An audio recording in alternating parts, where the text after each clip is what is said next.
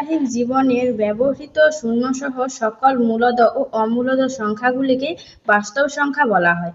যেমন 0, 1, 2, 3, -1, -2, 3/5, 5/7, √5, √7, √9 ইত্যাদি।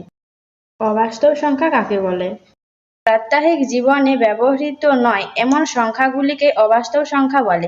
যেমন √4, √9, √5 ইত্যাদি। পূর্ণ সংখ্যা কাকে বলা হয়?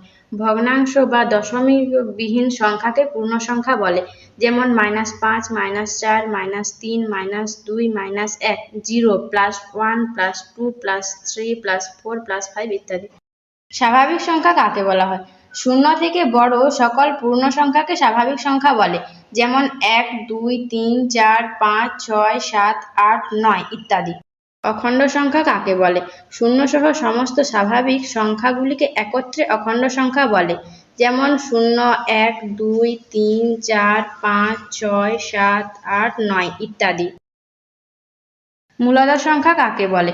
যেসব সংখ্যাকে p/q দ্বারা প্রকাশ করা যায়, যেখানে p একটি পূর্ণ সংখ্যা এবং q ≠ 0 তাহাকে মূলদ সংখ্যা বলে। যেমন 0, 1, 2, 3, 5/7, 7/9, √16, √25 ইত্যাদি। অমূলদ সংখ্যা কাকে বলে? যেসব সংখ্যাকে p/q দ্বারা প্রকাশ করা যায় না তাহাদের অমূলদ সংখ্যা বলে। যেমন π, √5, √7, √15, √21 ইত্যাদি। মৌলিক সংখ্যা কাকে বলে? যেসব সংখ্যার দুটি মাত্র উৎপাদক থাকে তাদের মৌলিক সংখ্যা বলে।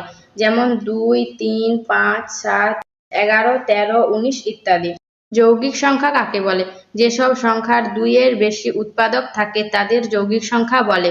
যেমন 4, 6, 8, 9 ইত্যাদি।